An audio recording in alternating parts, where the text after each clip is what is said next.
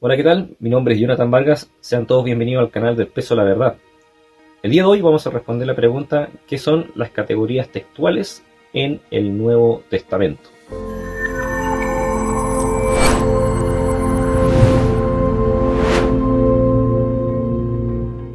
Bueno, ¿qué son las categorías textuales en griego? Entonces, es un intento de clasificación de los distintos manuscritos en griego que han ido surgiendo a lo largo de los últimos siglos respecto al Nuevo Testamento. A esto se le conoce en crítica textual también como familias textuales, en otras palabras. Y tenemos que iniciar por el primero de los personajes antes de hablar del nombre de categorías textuales. El primero es Johann Albrecht Bengel, quien el año 1734 hace un Nuevo Testamento en griego.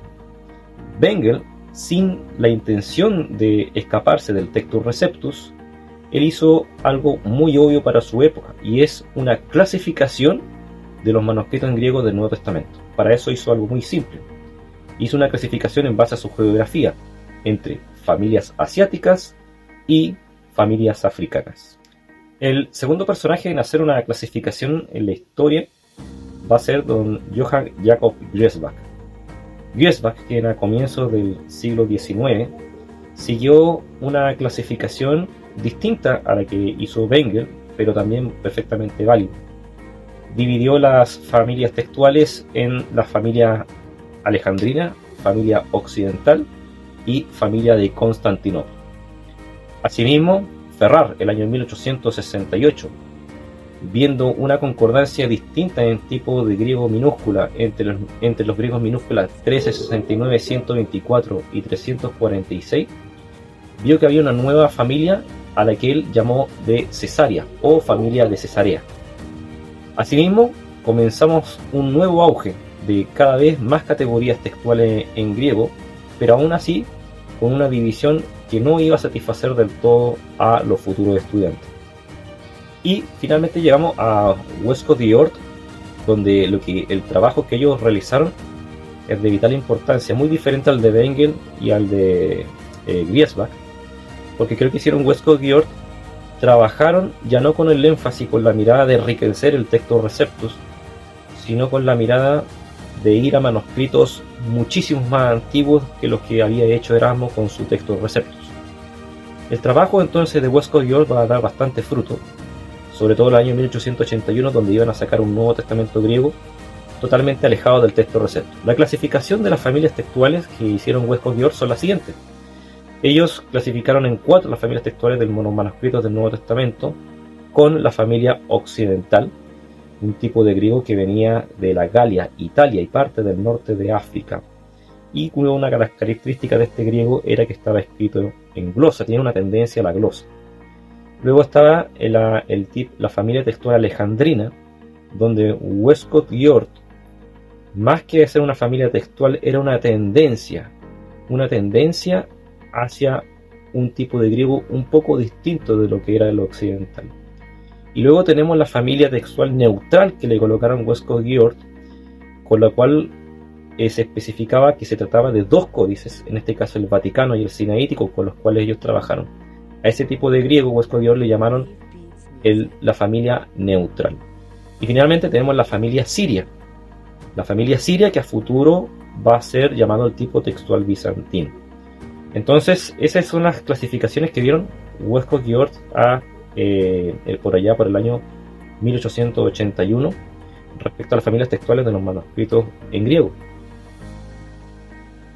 El despertar de la crítica textual no se dejó de estar y siempre cautivó la mirada de distintos personajes.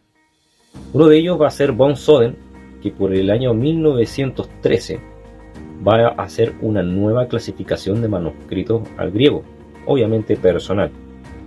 Von Soden va a dividir bajo las siglas K, H e I, las familias K, H e I.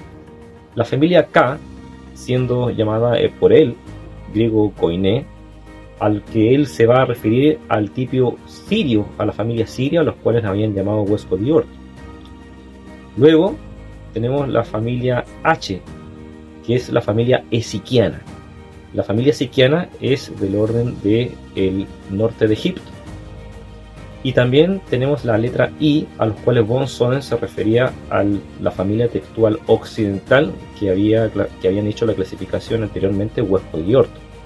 Así hay que tener muchísimo ojo para los estudiantes, porque están surgiendo nombres que pueden llevar ciertamente a la confusión.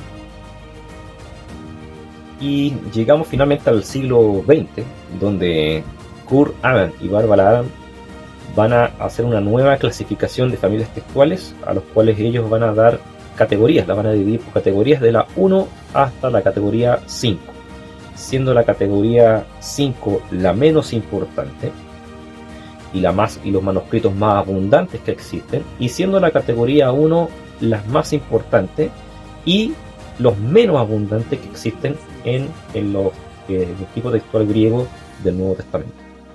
Las categorías textuales 1 va a recibir el nombre de tipo textual alejandrino, escrito en letra uncial, todo mayúscula, scriptio continua, significa sin espacios, todo junto, y van a ser los manuscritos más importantes dentro de la crítica textual para determinar las futuras variantes.